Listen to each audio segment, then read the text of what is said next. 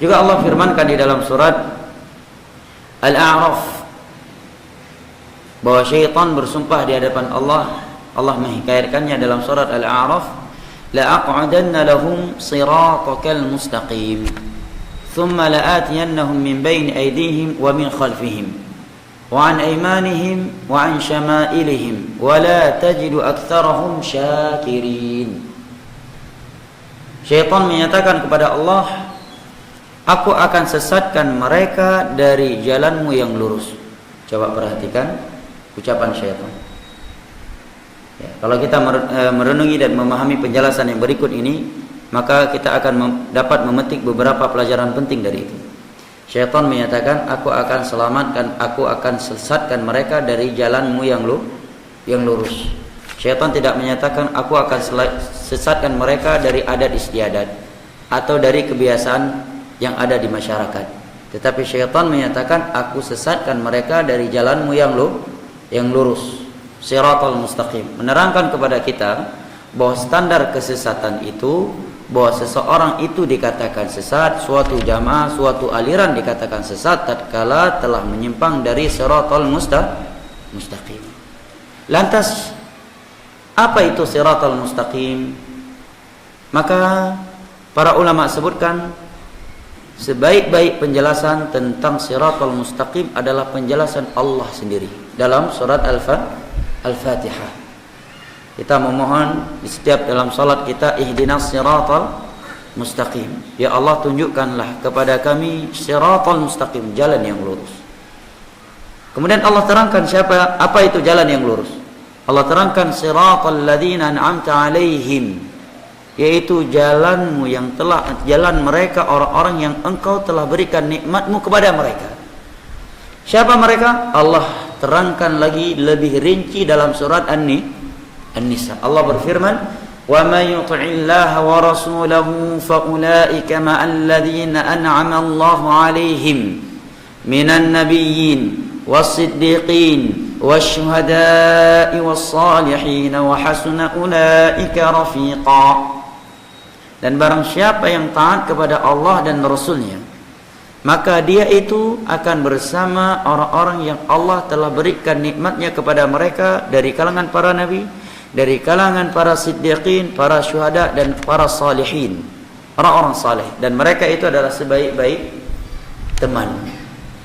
Menerangkan kepada kita bahwa siratal mustaqim adalah jalan ketaatan kepada Allah dan jalan ketaatan kepada Rasul. Jalannya mereka para nabi, para nabi, para siddiq, para syuhada, dan para salihin. Dan tokohnya para nabi siapa? Dan Nabi kita sallallahu alaihi wasallam. Nabi bersabda, ana sayyidu waladi Adam wala fakhr. Aku tokohnya seluruh anak Adam dan bukan kesombongan. Tokohnya siddiq, tokohnya syuhada, tokohnya salihin siapa? Para sahabat Nabi sallallahu alaihi wasallam. Yang paling tinggi derajatnya dalam masalah siddiq adalah Abu Bakar. Tidak ada orang yang datang setelah mereka lebih mulia dari para sahabat Nabi sallallahu alaihi wasallam. Maka dengan itu jelaslah bagi kita bahwa ihdinas siratal mustaqim adalah jalannya Rasulullah, jalannya para sahabat yang berdasarkan Al-Quran, ya, berdasarkan hadis-hadis Nabi yang telah dijalani oleh para sahabat Nabi.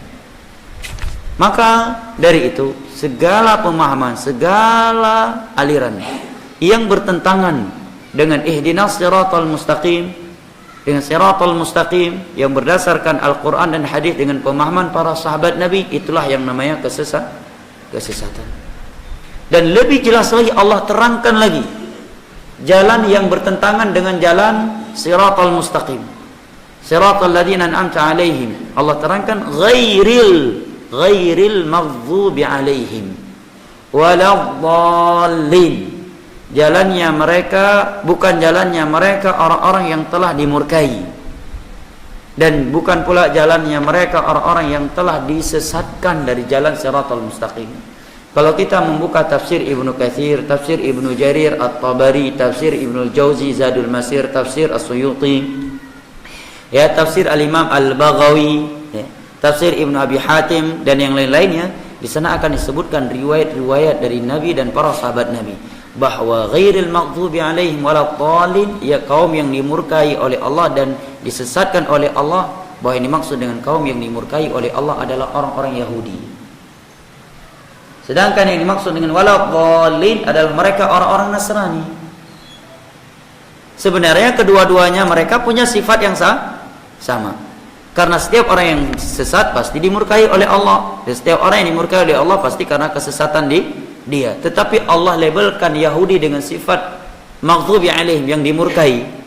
Bukan berarti mereka nggak sesat, sekedar dimurkai. Ya. Dan bukan berarti orang-orang Nasrani yang dikatakan oleh Allah orang-orang yang telah disesatkan berarti Allah tidak murka kepada mereka, enggak. Tetapi Allah khususkan label maghdubi alaihim kepada Yahudi karena mereka asallah ala ilm. Mereka melanggar agama Allah dalam keadaan mereka sudah tahu hukumnya. Sudah datang kepada mereka Nabi Musa, tahu isi Taurat yang sesungguhnya, tetapi mereka ubah-ubah. Bahkan kalau bahasa Medan apa? Dikelek-kelek agama Allah.